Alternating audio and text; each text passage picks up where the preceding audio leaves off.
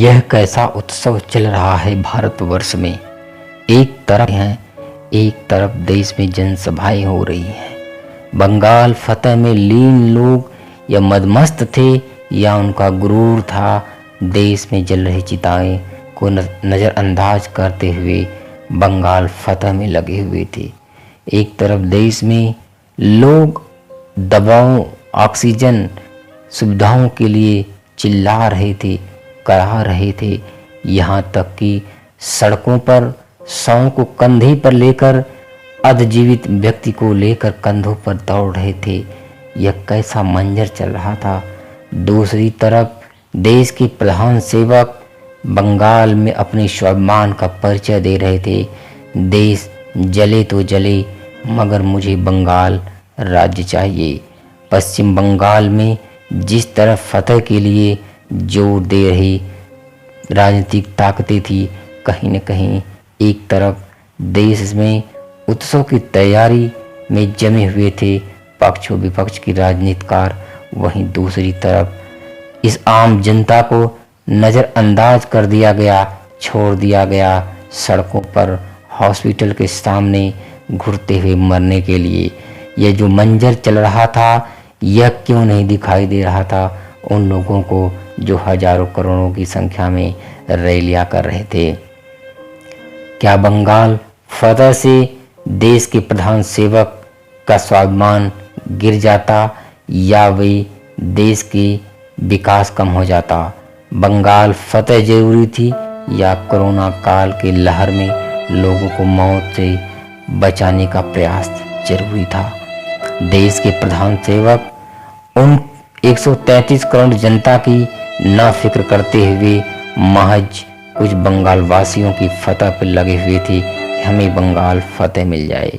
क्या यह थे जो प्रदेश के लोग मर रहे थे अन्य प्रदेशों के? क्या हमारे देश के प्रधान सेवक इससे अबोध थे? क्या उन्हें नहीं मालूम था कि देश में एक तरफ कोरोना का तांडव मचा हुआ है, दूसरी तरफ हम किस प्रकार का बंगाल में उत्सव मना रहे हैं? जो उत्सव की हम तैयारी कर रहे हैं, कहीं न कहीं आने वाले समय के लिए हमें यह घातक सिद्ध होगा। इसकी बिना परवाह किए हुए देश के प्रधान सेवक अपनी जीत की बार बार योजनाओं को सफल बनाने का प्रयास कर रहे थे। एक तरफ देश में अधजली कोरोना की लाशें चिताओं पर जल रही थी और उन्हें हटाकर दूसरा अपनी बारी का इंतजार कर रहा था। दूसरे के इंतजार के बाद तीसरा आता रहा।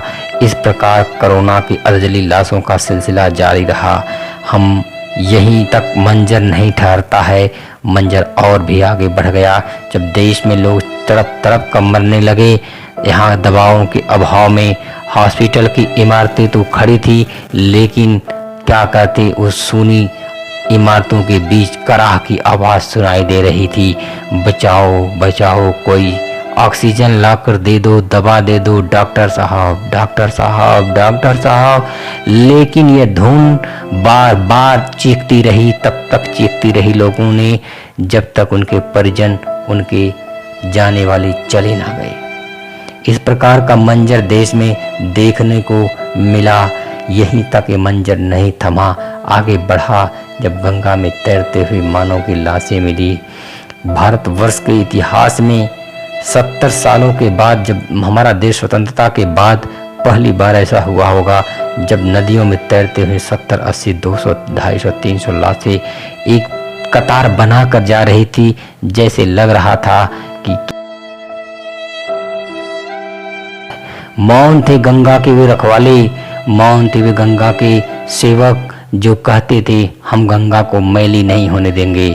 लेकिन राम तेरी गंगा मैली हो गई, राम तेरी गंगा मैली हो गई। ऐ प्रधान सेवक, जिसके लिए आप जाने जाते थे, जिसकी आप हमेशा परजोर दे करके भाषा में कहते थे हम गंगा मैया को साफ करेंगे। आखिरकार यह सड़ा हुआ मानव का शव जो नदियों में बह रहा था, ऐ गंत्र आप किस प्रकार का मंजर बना दिए देश को।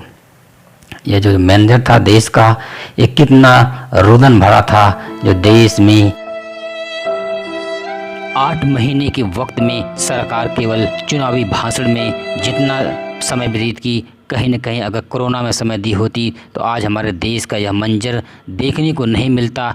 आज लोग सड़कों पर तड़प कर नहीं मर रहे होते। कहीं न कहीं पूरी तरह से सरकार पर सवाल जरूर उठता है।